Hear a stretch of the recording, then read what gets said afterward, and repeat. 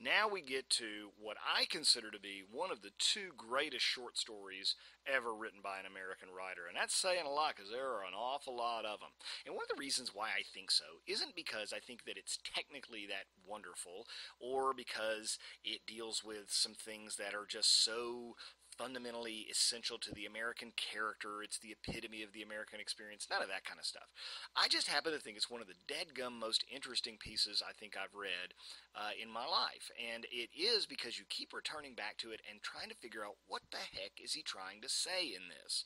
At first, it's just this really simple gothic tale that's designed to scare the hoo-ha out of us, I guess.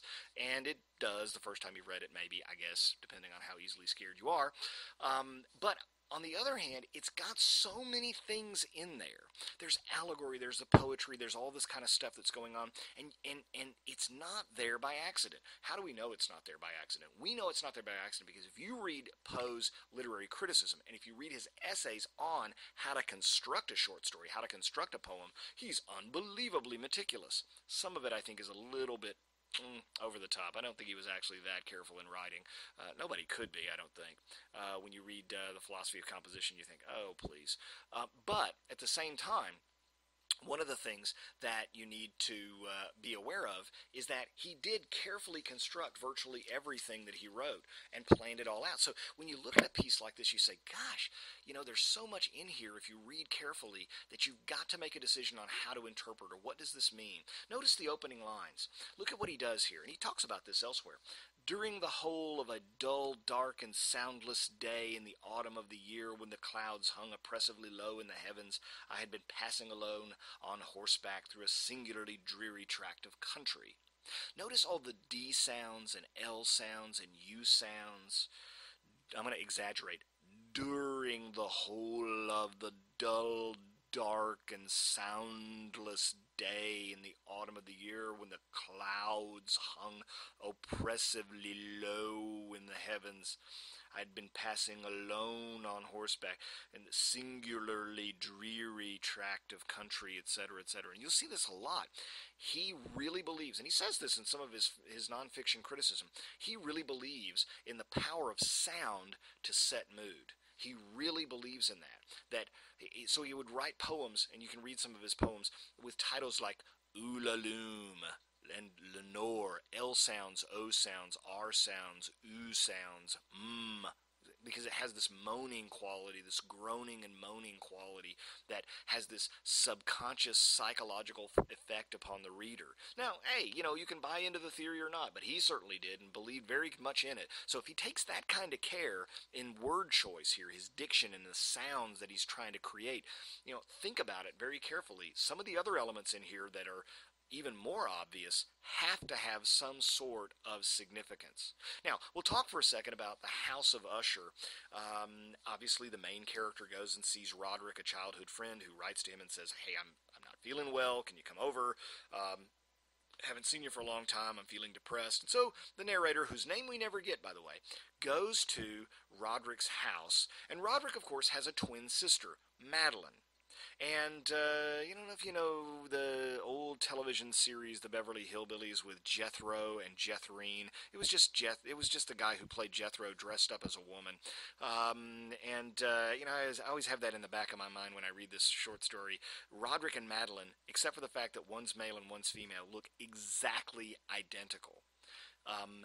When we speak of the House of Usher, we mean, or he means, I think, both the house itself, which has a very interesting look to it. Correct? Early on, you see that the house looks like a face. The windows look like eyes. The door looks like a mouth, a yawning open mouth, right? And there's a crack right down the middle of the house, like it would be if it were a crack in one's forehead. So the house is personified.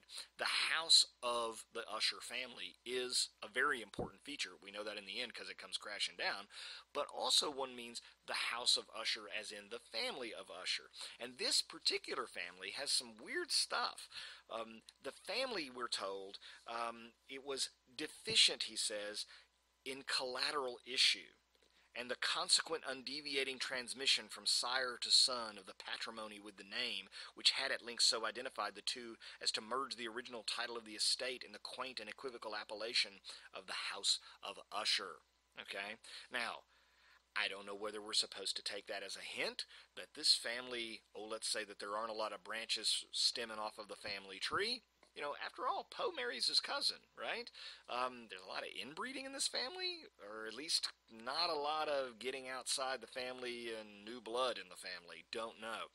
Really weird that Roderick and Madeline have a very strange, shall we say, sibling relationship, identical twins. They're very odd and very close. Strange thing. Okay? Are we given a hint here that the exclusivity of this family, being aristocratic, is one of the reasons why they have the illnesses that they have? And they do have illnesses, don't they?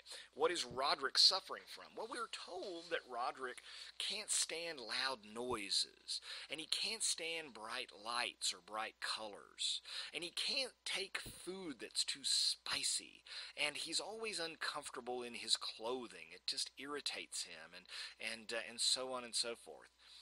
What are we really being told? That Roderick is acutely oversensitive, hypersensitive to any kind of sensory stimulus whatsoever. On the other hand, when we get to see Madeline, and oh, by the way, if you play Madeline in a play on the House of Usher or the movie, don't get excited because you have no lines. She says absolutely nothing.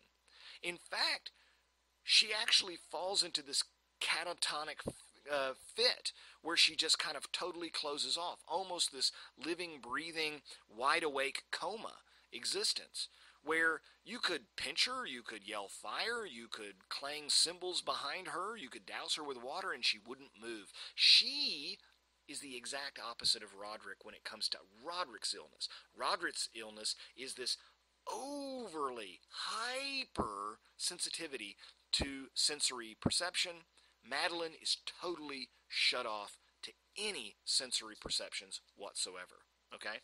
Now that is really interesting. Remember we talked a little bit about Locke when we talked about the difference between the 18th century and the 19th century. Locke's tabula rasa, where he talks about how we learn everything through our senses. Is Poe trying to make some sort of point here about that? Gosh, the symptoms look really interesting. We also know that he lives in this dark, gloomy atmosphere. He's trying to sort of hide everything, hide from everything. He's almost buried in this house. They never leave. Look at this passage here. He entered at some length into what he conceived to be the nature of his malady. It was, he said, a constitutional and a family evil. You know, it's the Victorian era. Can you talk about sexual things very much? Not in obvious terms. Is Poe hinting here something weird goes on in this family? I don't know.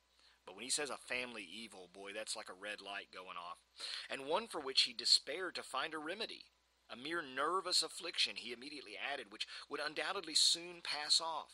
It displayed itself in a host of unnatural sensations. Hey, Poe with word choice? It's no accident he chose the word unnatural there. Some of these, as he detailed them, interested and bewildered me, although perhaps the terms and the general manner of the narration had their weight. He suffered much from a morbid acuteness of the senses. The most insipid food was alone endurable. He could wear only garments of certain texture. The odors of all flowers were oppressive. His eyes were tortured by even a faint light, and there were but peculiar sounds, and these from stringed instruments, and so on and so forth.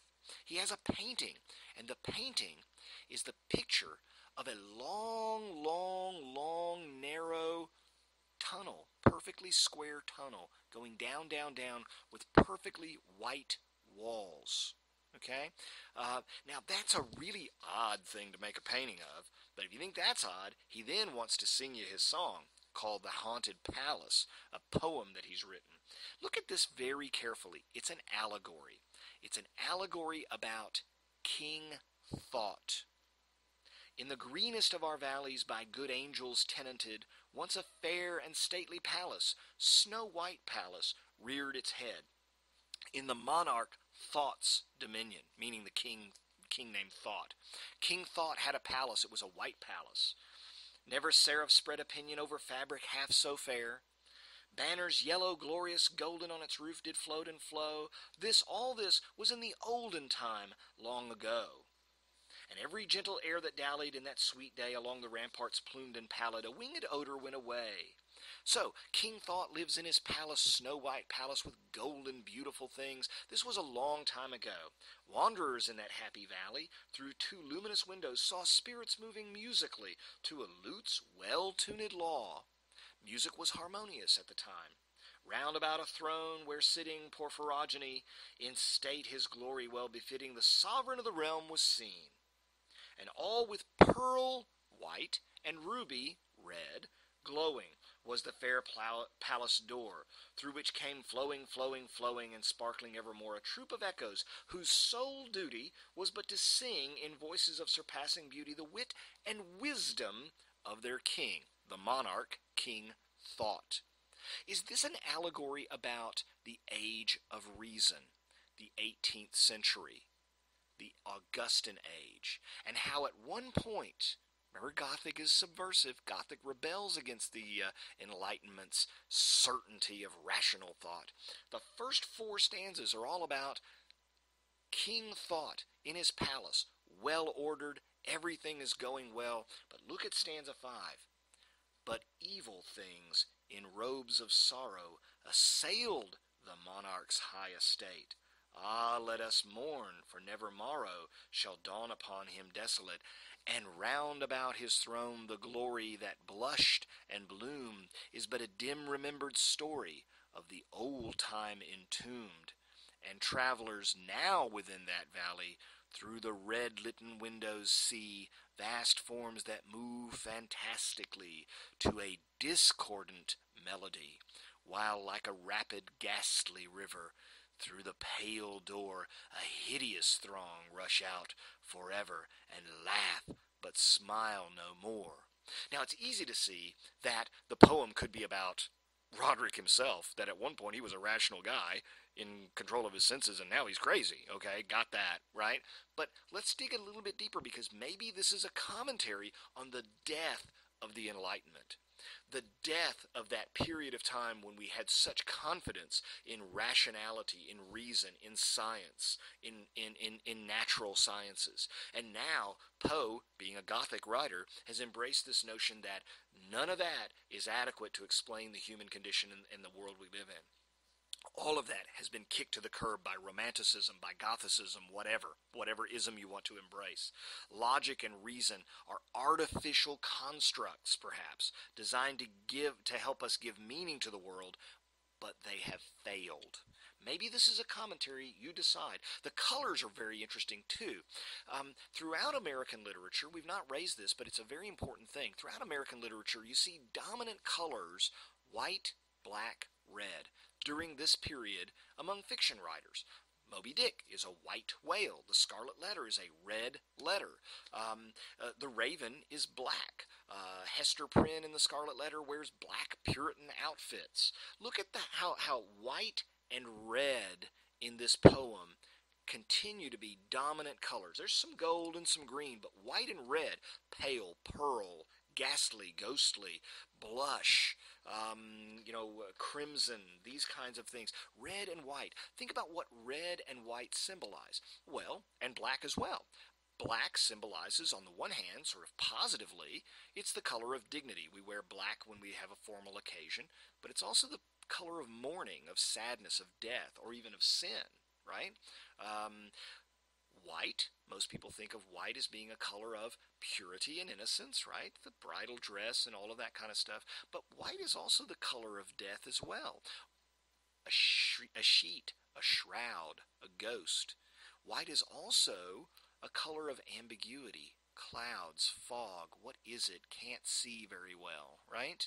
Ambiguity is what's sometimes indicated by white. And red, of course, can be both violent, blood, or it can also be passion, sexy, right? Sexual things. So all of these colors have multiple meanings. Hey, romantics, right? Multiple types of meanings, multiple layers of meanings. They do this even with their color symbolism. As you go through the poetry and do it on your own, look at it again and see what he might be doing with his color imagery in this piece. By the way,